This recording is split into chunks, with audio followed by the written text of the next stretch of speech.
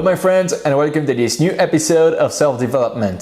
The topic of today's video is going to be Develop Extreme Ownership. We're going to see in more detail the teachings of Jocko Willink and Leif Babin, two former US Navy SEALs. And also we're going to learn some combat principles that you can apply in your own life. Let's dive in.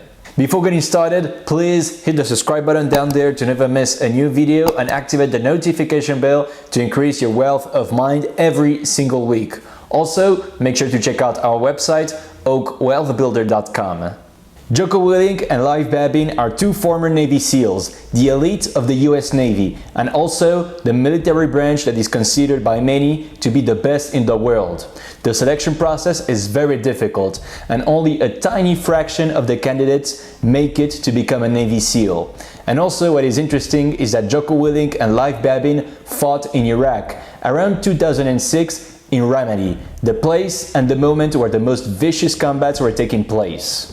And when they came back to the States, they created a company called Echelon Front that basically gives consultancy services to businesses regarding leadership. And they wrote this book called Extreme Ownership, a very good book from a self-development perspective that is full of combat stories and business stories. All of that goes to say that Jocko Willink and Leif Babin and their book is very interesting from a self-development perspective. This book is mostly about leadership, but even if you have no subordinate, it is interesting from a self-development perspective because you can apply those concepts to your life, because at the end of the day, you are the leader of your life. The first thing we can learn in that book is to take 100% responsibility, even if you're not leading a team, even if you're the leader of your life only, because a good leader has to take responsibility for absolutely everything, whatever happens, especially negative outcomes, negative results. You have to assume that it is 100% your fault.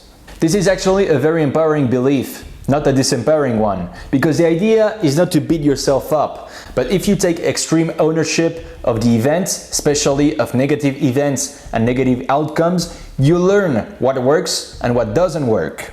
As a result, you get better. Let's say, for example, you had a bad outcome in your business life. If you blame customers, business partners, employees, or the market, or whatever may be, you convince yourself that you had nothing to do with that failure. As a result, you don't get better, and the next time around, when you will be confronted with the same problem, you will do the same thing and you will get exactly the same negative outcome. With extreme ownership, you assume it is 100% your fault, and you find out what you did wrong and what you can do better the next time around.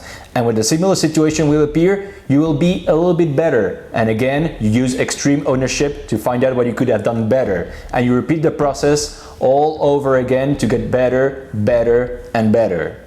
And that is how you get good at anything and master anything. You heard me say already quite a few times, repetition is the mother of all skills. And I would add that repetition and extreme ownership are the mother of all skills. Because if you repeat something, but you blame somebody else or something else when it doesn't work out, you're not learning. So you can repeat it a zillion times, but when you don't take extreme ownership, you're not getting better. There is an interesting example in the book, in the chapter called There Are No Bad Teams, Only Bad Leaders. During the training, the Navy SEALs candidate have to lift small boats. Every team had a number and an assigned leader. And on a specific day of training, Jocko Willink was the supervisor, and he observed that team number 2 was doing very well. They were running very fast and they were winning almost all of the races. On the other hand, team number 6 was struggling. They were very slow and losing, being dead last in almost every race, and they were getting a lot of negative attention from the drill sergeant. The members of team number 6 were cursing all the time, and the team leader was complaining all the time. He was blaming his team to be bad performers and that he had nothing to do with the bad results. Jocko Willink, who was already familiar with that kind of thinking, said, okay, let's try something. We're going to switch team leaders. The leader of team number 2, that is the best group, is going to switch places with the leader of team number 6, that is the worst group, and we'll see what happens. If the members of team number 6 were really bad performers, well, they should keep getting bad results, and team number 2 should keep getting good results, right? But guess what? The performance of team number 6 improved significantly. They were not the first one, but they had improved a lot. And team number 2 worsened a lot. They were dead last in all the races. And the only thing that changed was a team leader. That story tells you that good leaders have to take extreme ownership of the results and stop blaming other people or bad circumstances. If you apply that concept, you will get better because you learn. As a result, the quality of your life will get better.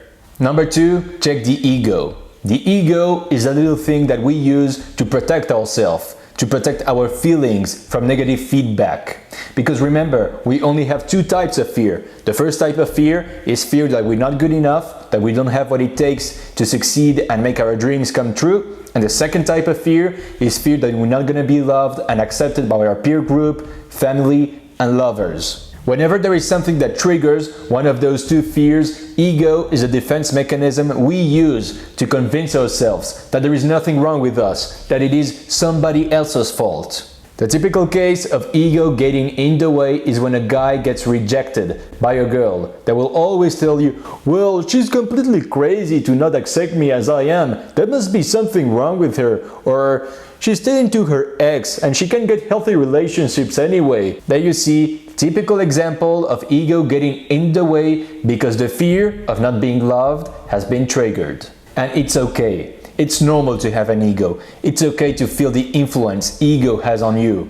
But as I said in my last video about Mr. Market, you have to practice emotional self-control and knock it off. Mute ego when it is necessary and when you see it is getting in the way to accomplish your objectives. There is an interesting example about ego in the book. Yes, I did a lot of marks. The Navy SEALs were supposed to train the Iraqi soldiers so that the Iraqi soldiers could take care of the security of the country after the Americans were gone. And those Iraqi soldiers were becoming very good, and they were assigned certain missions that were previously assigned to Navy SEALs only. And there was a lieutenant from the Navy SEALs that didn't like that. Jocko Willink immediately noticed what was going on. It was the ego of the lieutenant getting in the way. So he reminded the lieutenant why they were doing what they were doing and why the Iraqi soldiers should one day take their place. After that, the ego was put out of the way and the mission could continue. So make sure that your ego does not get out of whack, because ego is like a fog. You don't see anything anymore. You lose track of your objectives and you may take a direction that is not the appropriate one. Plans, whether it is in business, in combat, or in your personal life, will always fail. There will always be some kind of unexpected event that will screw your plan. That is why you have to make sure that things don't spiral out of control because of that unexpected event. Complex plans will tend to be much more fragile and vulnerable to those unexpected events compared to simple and clear plans. That is why simple is beautiful. Let me show you an example where a simple plan was much better than a very complex plan. In Iraq, a young SEAL officer wanted to do his first patrol mission. He wanted to go through 3 different neighborhoods that were under the responsibility of different branches of the military. 2 of those areas were under the responsibility of the US Army and the other one was controlled by the Marines. Because the young officer was very smart, he thought that the more complex a plan is, the better it is. And indeed, it was a very complex plan, because they could not get any support from armored vehicles, tanks, or other soldiers. Jocko Willink didn't like that plan for that exact reason. It was too complex. After a long discussion, he convinced the young officer to do a much shorter, a much simpler patrol mission to stay under the area that was influenced by the Navy SEALs. In other words, a much more simple plan. The young officer accepted, reluctantly. He was not happy at all. And with his platoon, they started the patrol. And only 10 minutes after the mission started,